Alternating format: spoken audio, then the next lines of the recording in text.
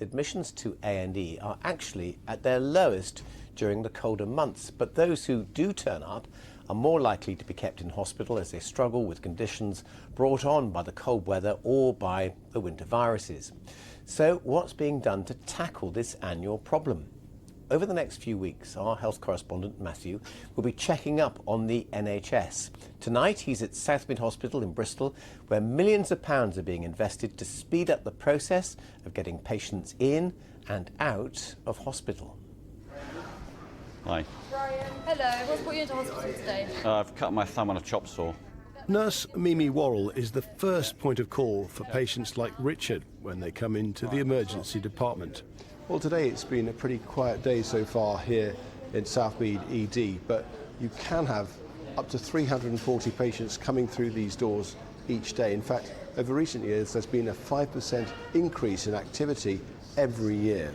And that's why the department has introduced a new role for advanced nurses like Mimi. As a streaming nurse, she does a 30-second assessment of patients like Richard, who's cut his thumb. But because she has a higher level of training, she's also able to make decisions that triage nurses in the past couldn't. In the past, we'd send more patients through triage, which was a bit of a longer process, whereas now we try and use a band 6 or band 7 here and make those assessments nice and quickly. Lots of training behind me to make those quick assessments of patients and decide where they need to be and what's the best place for them to be. In that area, we're able to reassure patients, send them back to places like the pharmacy or the GP if it's the most appropriate place for them. Also send them to other areas within the hospital, like our same-day emergency clinics for surgical, orthopaedics, any other specialty that we can. Both Southmead and University Hospitals Bristol and Weston have been given £3 million each of extra funding to expand their transfer of care hubs. Hi Pauline. Hi. I'm Bryony, I'm from the discharge team. It means a team of community health and social care professionals work on site to try to support patients like Pauline as soon as they're medically fit for discharge. And with up to a third of beds blocked with patients like her, the scheme could not have come soon enough. During COVID in particular, all of our colleagues left the hospital site into their own environments. Now having them back here, we are able to actually have conversations in real time. Previously, we'd need to schedule these into a diary. It could have added 2, 3, 4 days onto a person's length of stay. Stepping these up in real time means we get people out at the earliest opportunity. This time last year, it was a common sight to see 20 ambulances queuing outside A&E. So we found that we have got less ambulances now than normal, which is really good. We move people from the emergency department into the acute assessment areas and the wards as quickly as possible in a timely fashion, and ideally continuously throughout the day and into the evening. And associated with that is just an understanding that we share the risk of patients needing to be managed within the hospital throughout the whole hospital.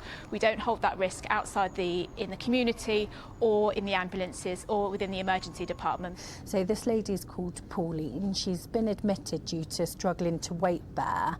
Of course, the growing challenge of finding appropriate care in the community for patients like Pauline is out of the hospital's hands. And that's why these days health and social care funding is increasingly being pooled to allow a greater proportion to be spent in the community. These new systems will surely get tested in the coming weeks as the colder weather begins to bite. But these new schemes at Southmead are already making a difference. Matthew Hill, BBC Points West. Thank you, Matthew. Well, with me to discuss this is Shane Devlin, who is the Chief Executive of the Integrated Care Board for Bristol, North Somerset and South Gloucestershire. You're very welcome, sir, but first of all, help me out. What does that all mean? Yep, the Integrated Care Board is the organisation of the part of the NHS that's responsible for planning all services, coordinating services and funding all services. So we work with all of the trusts to make sure we get the right services on the ground. Right, now this is a new initiative that you're launching, and we've heard first of all that you'll be seen within a few seconds, I guess, or will be assessed for a few seconds by a nurse when you arrive at A&E. Why hasn't this been done before?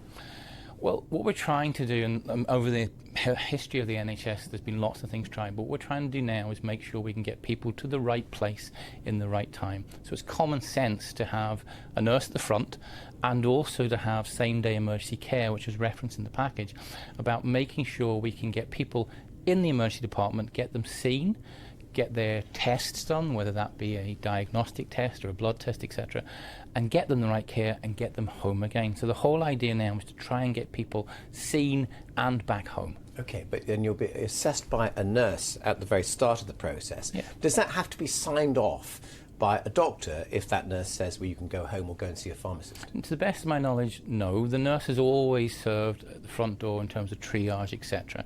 And not forget, it may be a nurse at the front, but the emergency department is a team game, and therefore there are always other professionals around. But our nurses are highly trained professionals. But it is a big responsibility, isn't it? Yeah. But what if that nurse then says, well, you need to be with your GP rather than here, but the patient has come to the A&E because they can't get an appointment with their GP?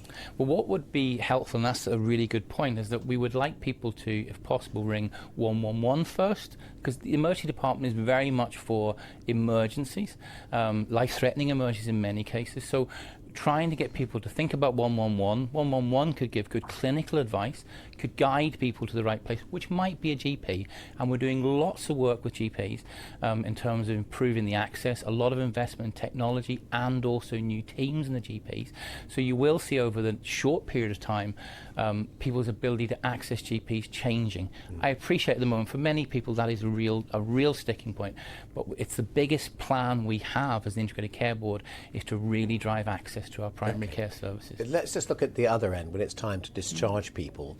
I mean, you can have all the health professionals you want packaged around one patient deciding where they should go, but if there's no beds in social care, then it's a waste of time, isn't it? Well, it's quite interesting because we've done a lot of analysis looking at the last year because we're investing £50 million in the system in this space. And what's very clear is lots and lots of people don't need a bed to go to.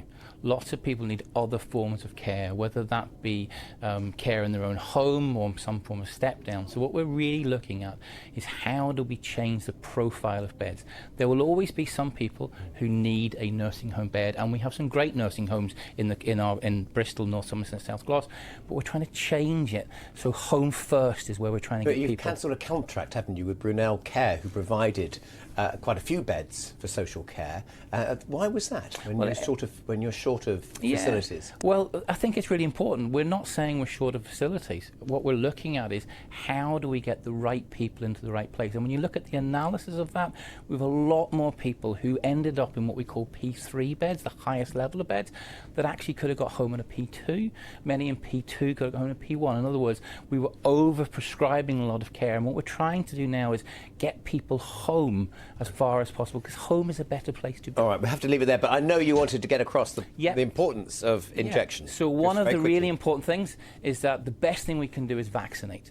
So if we can make sure people get their COVID vaccine and their flu vaccine, we hopefully can keep them away from any hospital and keep them well at home. Okay, so heavy jabs. I had 2 on the same day. It doesn't hurt. Not at all. I've had mine, absolutely. Good man. Thank you. Thank you very much. Nice to meet you.